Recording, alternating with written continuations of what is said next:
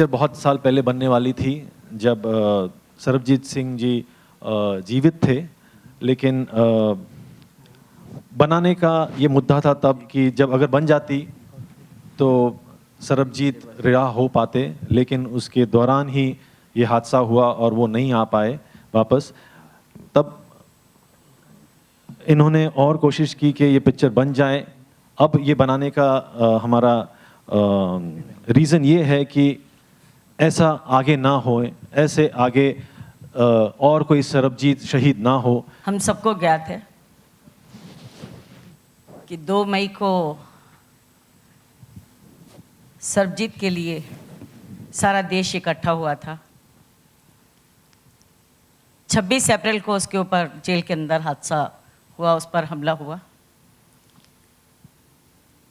अफसोस मुझे सारी, जब तक मैं जीऊँगी जितने साल भी, एक अफसोस रहेगा कि इन हाथों से मैंने अपने बेटे को, अपने भाई को, जिसे मैंने अक्सर बेटा कहकर पुकारा, राखी बांधी थी, अपने हाथों से उसे रोटी भी खिलाई थी, प्यार किया था, उसे सलाहा था, उसके बालों में हाथ में फेरती थी, उसका जूड़ा भी किया करती थी, रुमाल भी डाला करती थी। और कई बार वो अगर मेरे साथ रूठ कर रो भी पड़ता तो उसके आंसू भी पहुँचती थी। और इन्हीं हाथों ने, मैं समझती हूँ कि हिंदुस्तान ही नहीं बल्कि सारी दुनिया में शायद एक अभागी बहन मैं ही होंगी जिसने अपने पुत्र समान बेटे की चिता को अग्नि दी थी। अफसोस यही रहेगा कि वो हाथ आज भी मेरे सलामत हैं। दिल में बहुत बार आया कि काश ये हाथ टूट जाते। सरबजीत से मैंने माफ़ी मांगी थी कि मैं तुमसे क्षमा चाहती हूँ सरबजीत, मैं तुम्हें छुड़ाने के लिए शायद वो प्रयास नहीं कर पाई जो मुझे करने चाहिए थे।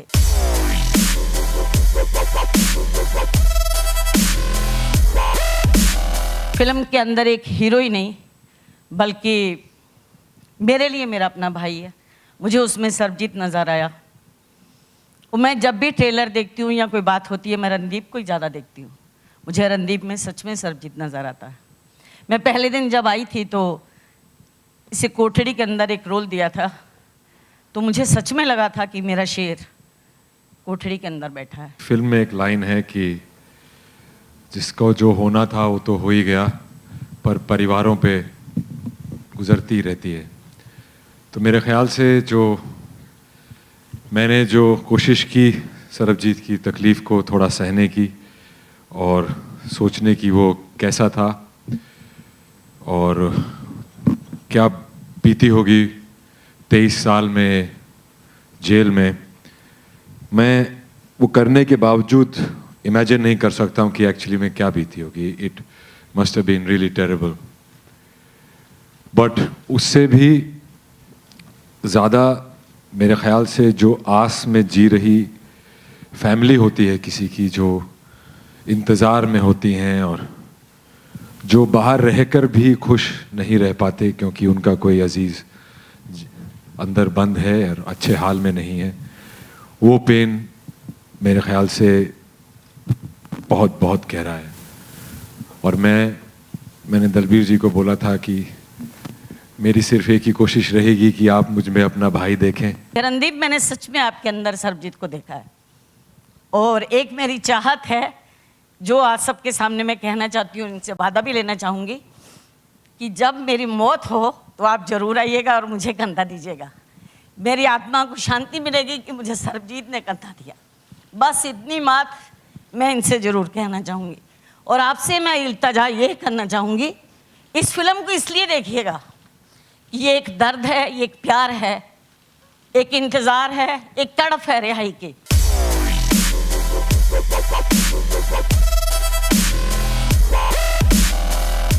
Is a lesson for all of us on in the spirit of a human being. She's not just Sarabjit's sister. She truly is an evolved person who's doing so much for people, still keeping that incredible strength, conviction, resolution going day in and day out. Even throughout the period that we were there, and I'm going to say this in front of her, when we were making the movie, of course it becomes her responsibility when a film is being made on her family and family members, as happens with the making of a film.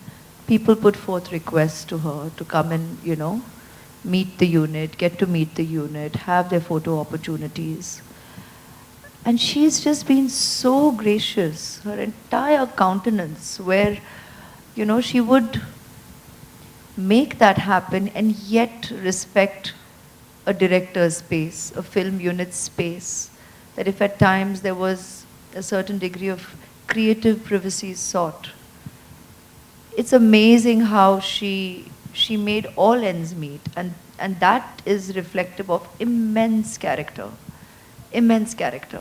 I mean, apart from the real story, even this, it's these little episodes and incidents where her gracious self is there for everybody to experience and see, and the entire family. Never once. I mean, it's their story, it's their film.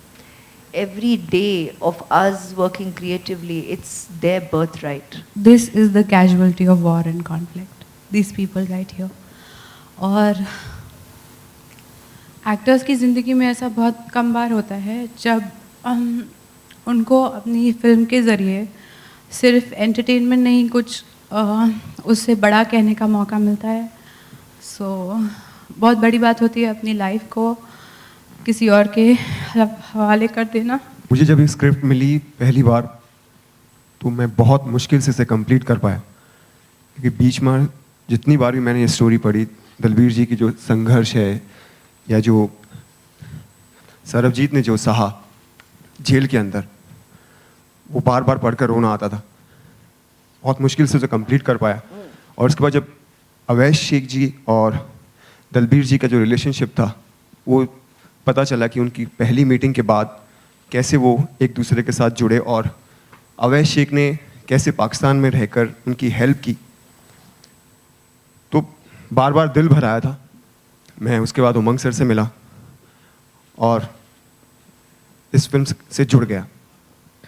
लेकिन मैं words बहुत भारी हो रहे हैं, लेकिन ये कि मैं बहुत खुशकिस्मत मानता हूँ अपने आप को कि मैं इस फिल्म से जुड़ा. हम दोनों देशों के बीच में जो एनिमिटी है उसकी वजह से कितने इनोसेंट लोग पिसते हैं, ये मेरे ख्याल से बहुत बड़ा मैसेज है. It's a message for piece and it's a message for humanity.